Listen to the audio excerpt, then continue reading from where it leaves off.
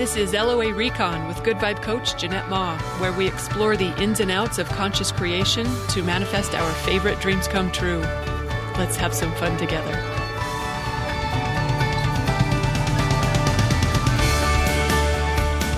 Welcome and thank you for joining me for another episode. I just got up to get a Kleenex because I've been trying to read an email to you that I wanted to share. Oh my word, I've tried to read it 7 or 8 times. I can't get through it without crying. I finally got up to go get a Kleenex, and guess who was wandering the house? Oh, Onyx, a.k.a. Arnie, a.k.a. the most recent feral foster from the shelter, who's not a foster. He was in the office. That guy, okay, I think it's fabulous that he feels comfortable coming upstairs to every room in the house, apparently, but that guy thinks he needs to be in charge of everyone, and it's fine with the dogs. The dogs know the cats are in charge, but the other cats don't know this. So I really need to read this email to you so I can record this episode and go give him an escort back down to his room until he is nicer. You know what? Maybe I should just intend that this guy is going to be very perfectly fine. Let's just intend that. Okay. Here's the email I wanted to share. It just made my day. I listen to your podcasts regularly, usually more than once, and have heard you marvel a bit that we do that. Well, it is because you have become like a friend to your listeners. Here's Jeanette willing to share her life, someone who is open about her joys, mistakes, vulnerabilities, and challenges. My days are always better when I listen to you. You allow source to flow through you, and you are your own type of channeler. I'm having trouble reading because I still have blurry eyes from crying. The more you immerse yourself in source energy, the more it radiates out from you. We are all beacons of source energy, and I am deeply appreciative of you for letting that light shine so brightly. That just made my day. Thank you, listener, for the email. Thank you for listening. I made it. All I needed was some good incentive. I can read it without crying. Yay. Okay, here's what I wanted to share about today. We're talking today about the 5 biggest myths about manifesting. You know, even as I say that, I know I'll probably need to edit this on YouTube. I started sharing some of these podcast episodes on YouTube. In fact, some of them are shorter. Those of you who don't need the Harvey stories, who don't care about the foster cats, you might like the YouTube episodes because they are streamlined. And the thing is that the closed captioning subtitle feature, it needs editing. There's no way it knows I'm saying myths about manifesting. Okay, maybe it does. I don't know. I'll probably need to edit. Anyway, our 5 biggest myths about manifesting. See, the YouTube people aren't going to be hearing all that. Probably not. All right, number 1. The first myth, that it's for woo-woo people who don't want to do the actual hard physical work of making dreams come true. Oh my word. First of all, you don't have to be woo or spiritual or a modern day hippie or a TikTok influencer to be a conscious creator. In fact, some of our most leading-edge, practical, science-based thinkers of our time are the ones promoting the power of our ability to create reality. They have masters and PhDs in things like theoretical physics and quantum science and systems theory. Not that they're the best ones to learn this from, but I'm saying you can be very practical and evidence-based and grounded and still be a conscious creator. In fact, some of my favorite manifestors are the least woo people I ever knew, including my dad, a blue-collar, Marine, raised LDS, 70-something, him. My ex-boyfriend, well, actually, several ex-boyfriends. One who was a conscious creator before I met him, an insurance guy, atheist. There's nothing woo about him. Oh, another ex-boyfriend, self-professed hillbilly. He's a high school dropout, was a big drinker, big partier. There's no church for him, much to his mom's dismay. Even me, I accidentally read my first book about conscious creation and thought it was the most ridiculous thing I'd ever heard. I couldn't believe I'd wasted my money on that book. Luckily, I had that rule where I practice at least one thing from every book that I read, and I practiced scripting, and wow, I was an immediate convert. It blew my mind. Okay, so I'm just saying, it's not just for woo people. Although once we practice this, people might accuse us of being woo, and that's fine. Let them think what they want. I will also say that most of the people I've met in law of attraction circles are not opposed to hard work. In fact, they're the opposite. They're there because they worked so hard. They know without a doubt that hard work is not what makes the difference. They did all the action. That was the route they took first. And they burned themselves out in the process. They got exhausted or overwhelmed trying all the actions they could think of. So it isn't that conscious creators are opposed to hard work. They just know that's not the ingredient that's making the real difference. All right, the second big myth.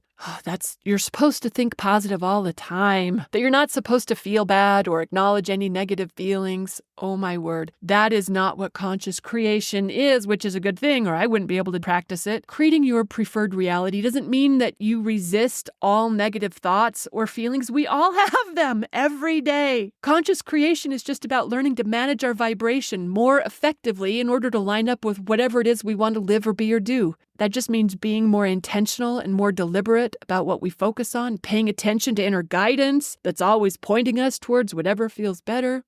That's what it is. It doesn't mean that we live in, or we're supposed to, or we're trying to live in a state of 24/7 joy or ecstasy. That's not the goal. Contrast is part of the deal. It's part of the process. Contrast is an essential element to this whole thing.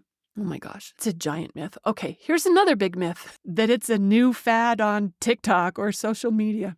Oh my word, this is not a fad. It's not a trend among young people on social media, although it is super popular on TikTok. Conscious creation and intentional manifesting has been around in one form or another for eons. Well, at least for thousands of years that we know of, going back to the Emerald Tablet, but also ancient cultural practices and religious teachings, not to mention the New Thought movement from the 1800s. These are not new practices. That's what I'm saying. We might find new ways to think about it or share it, but these are not new ideas. In fact, in the Conscious Creator certification at Good Vibe University, we have an entire course on the history and teachings of manifesting if you have any interest in exploring that. It was really informative for me. Fourth myth, that you still have to do the work. You still have to take action. They'll say, yeah, positive thinking is all well and good, but you still got to get off your couch. You can't just sit there and think your dream is going to morph around you by thinking positive thoughts. Oh, really? Every single one of us, whether we believe this stuff or not, has had an experience where something happened that we were focused on without us having to lift a finger. Every single one of us. And this happens every day. In fact, for some people, the manifestation doesn't come until they stop taking action because so many are doing something from a place of need or desperation or should. And those vibrations are just repelling the very results that they want. So it's not until they stop doing all their actions that they allow it to manifest. Oh man, my favorite example of that was my girlfriend who stopped trying to find Mr. Right. She just gave up. And then guess what happened? He came knocking on her door. He literally knocked on her door while she was sitting on her butt on her couch. Don't tell me you got to take action. Very common myth, and even among savvy creators, even among some law of attraction teachers. Okay, and having said that, following inspiration is part of the process. We really didn't come here to sit on our butts and do nothing our entire lives. Doing whatever feels joyful is how we become an even better match to our desires. So honoring whatever inner guidance is pointing us towards, whether it's saying do this or don't do that, that's very much a part of the successful creation process. In fact, Abraham teaches that the role of action is for the enjoyment factor. That's its role in manifesting, and that's a big part of it. Because when we enjoy, we are in alignment. So taking action for the joy of it, this is part of how we become really powerful conscious creators. But it isn't because action is required. Sometimes the actions that we're inspired to will seem like they have absolutely nothing to do with our desires. Like when I kept getting inspired to go walk dogs in the canyon when I was supposed to be building a business. I thought I would be getting inspirations to be sitting at the computer doing something brilliant. No, it kept calling me to go to the mountains. And it was an essential part. I've talked about that before. I'm not going to share about it now. Okay, the fifth big myth. That only manifestors manifest. Some people think this is just something that some people do, or that they think some people think they're doing. You know what? We're all doing it, whether they realize it or not. The disbelievers, the muggles, anyone who's observing or paying attention, we're all doing it, whether they realize it or not. So yes, I would agree that only conscious creators are consciously creating, but everyone is creating their reality, whether they acknowledge that or not, of course. I think doing it consciously, deliberately, on purpose, with clear intent is a good idea. I may be prejudiced as a manifesting coach. I'm cracking myself up. Okay, quick recap of the 5 most common myths. Number 1, that it's just for woo-woo people who are unwilling to do the work required in the real world. Nope, not even close. Number 2, that we're supposed to think positive all the time. Oh, no, and praise the Lord, or I would not be successful at this. Number 3, that it's just a new fad on TikTok or was made popular by The Secret. This stuff's been around forever. Shoot, I was even making a living as a full-time manifesting coach before The Secret even came out. Number 4, that you still have to take action. You know what? Please stop doing so much work. Just do what feels better. And number 5, that only manifestors manifest. We are all doing it right now. Right now. So we may as well get better at it, right? Of course you would agree because you're listening to a podcast about it. And honestly, these are the 5 biggest myths that everyone else has about manifesting. I'm preaching to the choir here. You already know this stuff. Our list of myths, that's a different list. Maybe I'll record that one next. I'm going to go get Onyx first, though. Thanks for listening, everyone, and happy manifesting.